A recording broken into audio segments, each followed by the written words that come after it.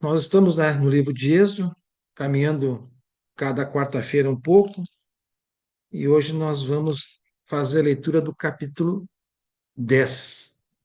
Nós terminamos no capítulo 9, vimos a quinta praga, a sexta praga, a sétima praga, e hoje vamos ler o capítulo 10. Segue a luta, Deus provando para o rei de Egito e para os seus deuses que ele é o único Deus verdadeiro. Capítulo 10, então. O Senhor disse a Moisés: Vá ao Faraó, pois tornei obstinado o coração dele e o de seus conselheiros, a fim de realizar esses meus prodígios entre eles, para que você possa contar a seus filhos e netos como zombei dos egípcios e como realizei meus milagres entre eles. Assim vocês saberão que eu sou o Senhor. E isto é verdade. Quando nós seguimos na leitura da Bíblia, nós vemos, constatamos que este fato aqui que nós estamos lendo vai ficar registrado na história. Versículo 3: Dirijam-se, pois Moisés, dirigiram-se, pois Moisés e Arão ao Faraó e lhe disseram: Assim diz o Senhor, né? O Senhor, o Yahvé, o Deus dos Hebreus: Até quando você se recusará a humilhar-se perante mim? Deixe ir o meu povo para que me preste culto. Se você não quiser deixá-lo ir, farei vir gafanhotos sobre o seu território amanhã. Então, mais um aviso: Deus avisando o Faraó que ele vai mandar uma praga. Eles cobrirão a face da terra até não se poder enxergar o solo. Devorarão o pouco que ainda lhes restou da tempestade de granizo. Pouco tempo atrás teve a praga do granizo que destruiu quase tudo, né? E todas as árvores que estiverem brotando nos campos. Então, agora os gafanhotos vão acabar com tudo. Tudo que sobrou, eles vão comer. Encherão seus palácios e as casas de todos os seus conselheiros e de todos os egípcios, algo que os seus pais e os seus antepassados jamais viram, desde o dia em que se fixaram nesta terra até o dia de hoje. A seguir, Moisés virou as costas e saiu da presença do faraó. Os conselheiros do faraó lhe disseram, né? Até quando este homem será uma ameaça para nós? Deixa os homens irem prestar culto ao Senhor, o Deus deles. Não percebes que o Egito está arruinando? Então, os conselheiros do faraó alertando o faraó. Versículo 8: Então Moisés e Arão foram trazidos de volta à presença do faraó, que lhes disse: Vão e prestem culto ao Senhor, o seu Deus. Mas digam-me, quem irá? Moisés respondeu: Temos que levar todos, os jovens e os velhos, os nossos filhos e as nossas filhas, as nossas ovelhas e os nossos bois, porque vamos celebrar uma festa ao Senhor. Disse-lhes o Faraó: Vocês vão mesmo precisar do Senhor quando eu deixá-los ir com as mulheres e crianças? É claro que vocês estão com más intenções. De forma alguma, só os homens podem ir prestar culto ao Senhor, como vocês têm pedido. E Moisés e Arão foram expulsos da presença do Faraó. Então, um pequeno comentário desses versículos 7 a 11 aqui. Os conselheiros do Faraó pressionaram o Faraó a libertar os israelitas, devido à devastação econômica causada pela oitava praga, né, os gafanhotos. O Faraó tenta negociar, permitindo apenas que os homens adorem a Deus. Ó, nós, homens, negociar com Deus. Isso não existe, né? Mas Moisés insiste que todos, crianças, idosos, bens, todos devem ir, resultando isso na expulsão de Moisés e Arão. Então, aqui uma lição que a gente tira: a Bíblia nos diz como devemos adorar o Senhor. Já falei aqui nas outras aulas, não há negociação com Deus. Nós temos que fazer exatamente como Ele quer. Não podemos barganhar com Deus. Nós, cristãos, somos filhos de Deus, dependentes de Deus, e temos que fazer tudo conforme é previsto. Não temos que fazer nada diferente, negociar alguma coisa, eu vou fazer tal coisa, mas não existe isso. Então, esse é um ensino que já começa desde agora aqui. A pressão dos conselheiros, os Hein, oficiais Giovanni? egípcios. Opa, O que será que ele quis dizer assim quando ele fala: vocês vão mesmo precisar do Senhor quando eu deixá-los ir? É uma pergunta retórica, eu não vou deixar. Então, vocês, por que vocês querem todos? Então, é negociação. Não há negociação. É mesmo? Se coloquem vocês como se fosse Deus. Vocês deram uma ordem. Eu quero assim. Então tem que ser assim. Se vocês fossem Deus, negociariam com o homem? Não. Então não há negociação. Pressão dos conselheiros, né? Os oficiais egípcios reconhecem que o país está arruinado e que a obstinação do faraó trará destruição total. Tanto que eles falam, não vês, né? Faraó, não vês que o Egito está destruído? Eles entendem a gravidade da situação melhor que o líder. Os conselheiros do faraó entendem melhor que o faraó. Negociação de faraó, cabe aqui a nós aqui, quando nos batizamos. Não há negociação com Deus. É obediência integral, como está escrito. Então, olha a negociação do faraó. O faraó tenta uma negociação falsa.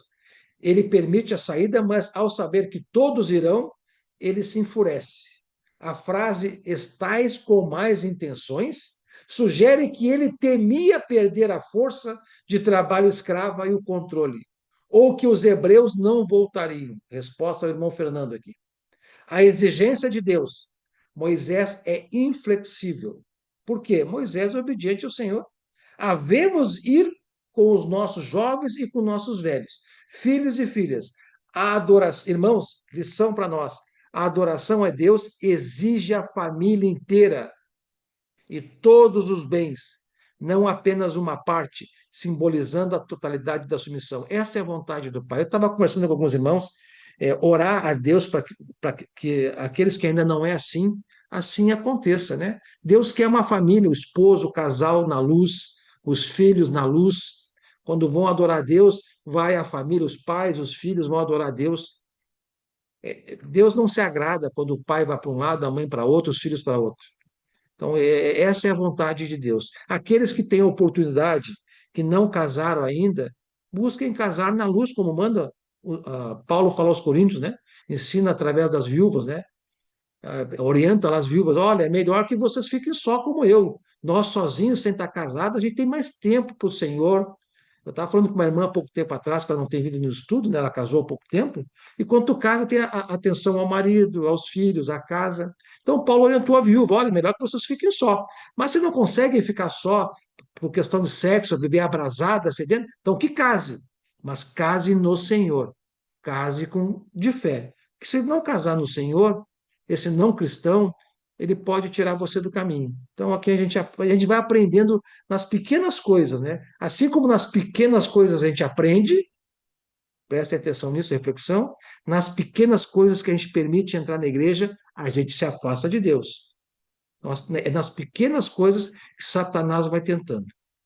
Eu escrevi uma matéria, um artigo, e postei nos grupos aí, inclusive o Randall, a Alanelli, todos me retornaram é, agradecendo, e o Randall postou numa página que ele tem lá, o perigo do progressismo na igreja, né?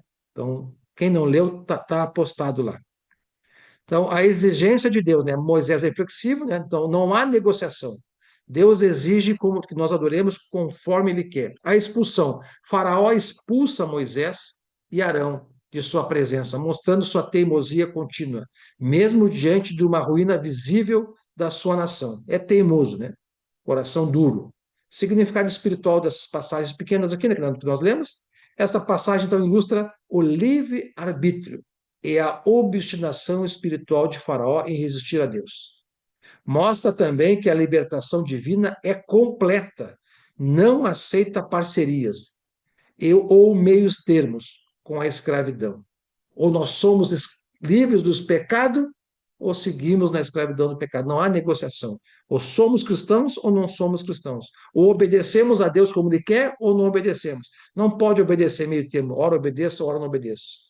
Por isso Deus sabe que somos pecadores, mas não tolera ainda que sigamos pecando de forma deliberada. Podemos falhar, fraqueza da carne, errar, pedimos perdão a Deus. Deus nos perdoa, mas tem que estar sempre lutando com nossas fraquezas, mas não de forma deliberada. Não vou ao culto porque não quero, tenho um compromisso mais importante para mim. Não negocio, não vou, não faço isso, faço tal coisa. Então, isso nós temos que aprender. Estamos aprendendo desde o começo ao ler a Bíblia e vamos morrer aprendendo. Então, vamos aqui para o versículo 12, né? 12.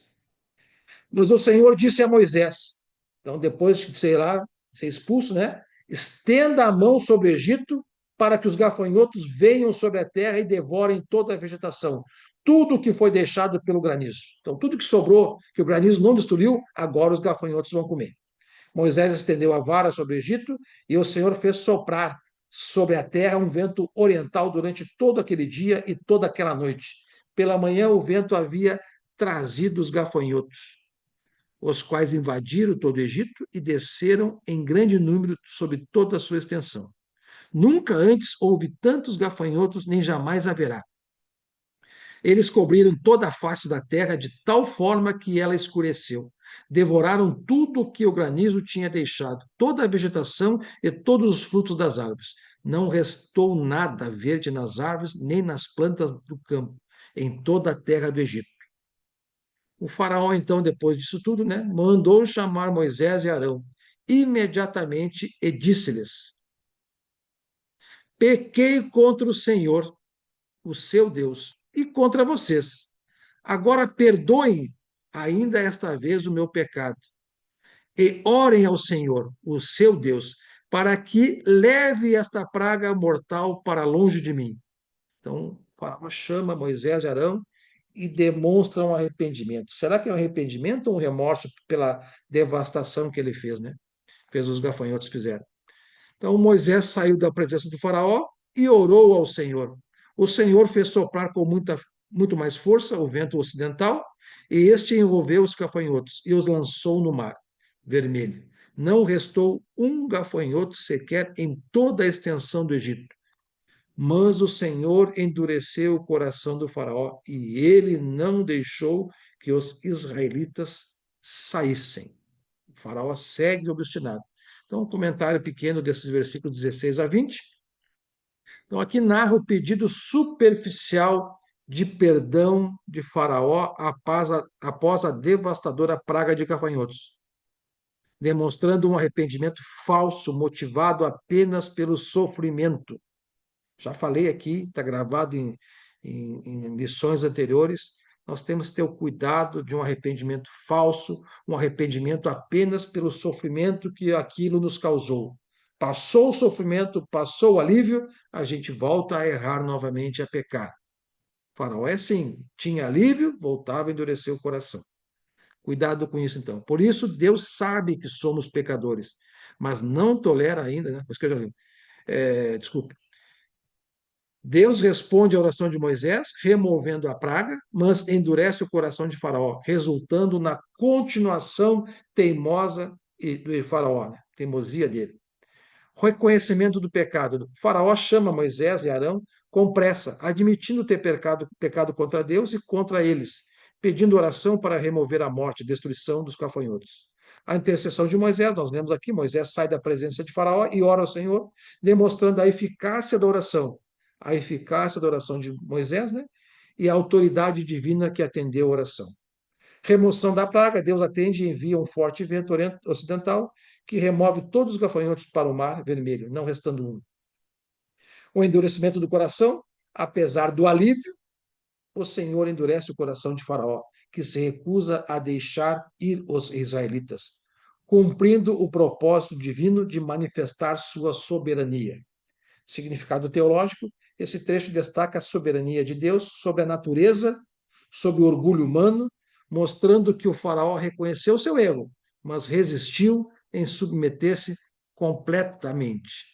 Falsa piedade de faraó ressalta a obstinação que leva a consequência ainda maiores. A próxima praga de trevas vai vir, vai ser maior ainda. Então, lição que nós tiramos aqui, até agora a leitura, que eu tiro, né?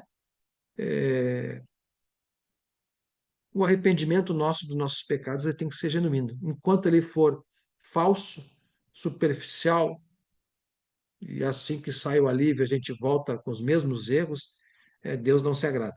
Então, temos que aprender com isso a ter o arrependimento verdadeiro, né? Do filho pródigo, de Pedro, e não de Judas, né? E não do faraó aqui. Versículo 21, vamos para a nona praga. Então, teve a sétima e oitava com aviso, Deus avisando, e a nona praga vem sem aviso, aquela escrita literária. Duas pragas com aviso, a próxima sem aviso, castigo direto. Duas pragas com aviso e a próxima castigo direto. Então, aqui vem a nona praga, um castigo direto, onde o faraó não é avisado dessa praga. O Senhor disse a Moisés, versículo 21, estenda a mão para o céu e trevas cobrirão o Egito, trevas tais que poderão ser apalpadas. Moisés estendeu a mão para o céu e por 3 dias houve densas trevas em todo o Egito. Ninguém pôde ver ninguém, nem sair do seu lugar durante 3 dias. Imagina uma densa escuridão, sem luz, que tu não pode sair, não pode sair dessa sala aqui, de tão escuro que é. Todavia, todos os israelitas, né, o povo de Deus, tinham luz nos locais em que habitavam. Então, Deus sempre preservando o seu povo. Isso nós temos que aprender. Deus ama seus filhos. Muitas vezes não compreendemos as coisas que acontecem conosco, mas Deus nos ama. Deus age para o bem daqueles que o amam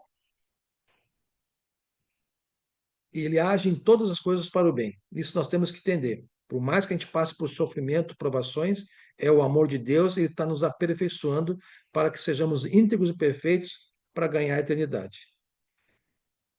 Então, depois dessa densas trevas, o faraó mandou chamar Moisés e disse: vão e prestem culto ao Senhor, deixem somente as ovelhas e os bois. Mais uma vez negociando com a ordem de Deus aqui, né?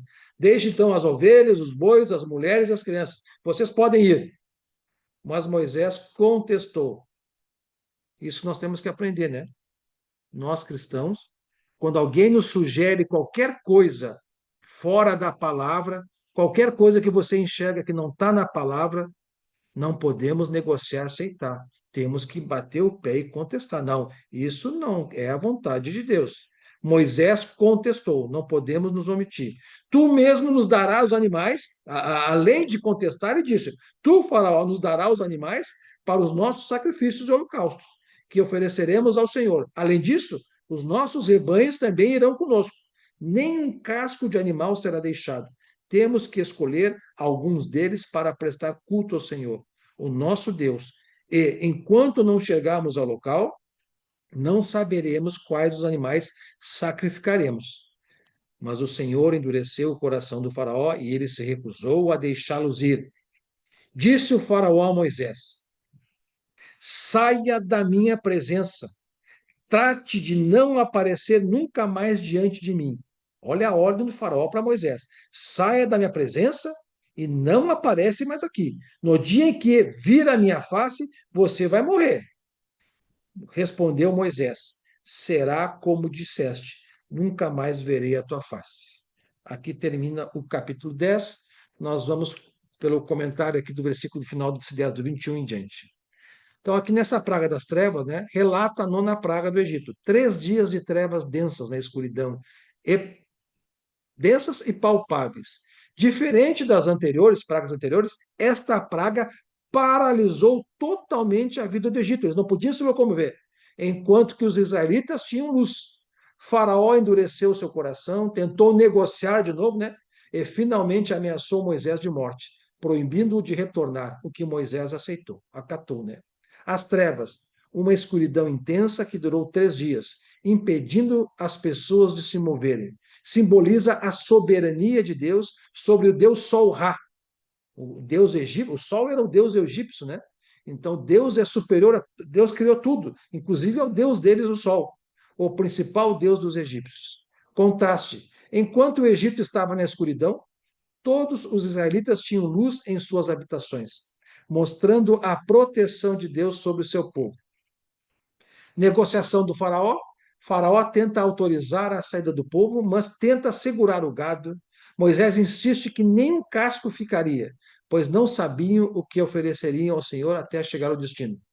O endurecimento final. O Senhor endurece o coração do faraó que proíbe Moisés de ver a sua face novamente sob pena de morte.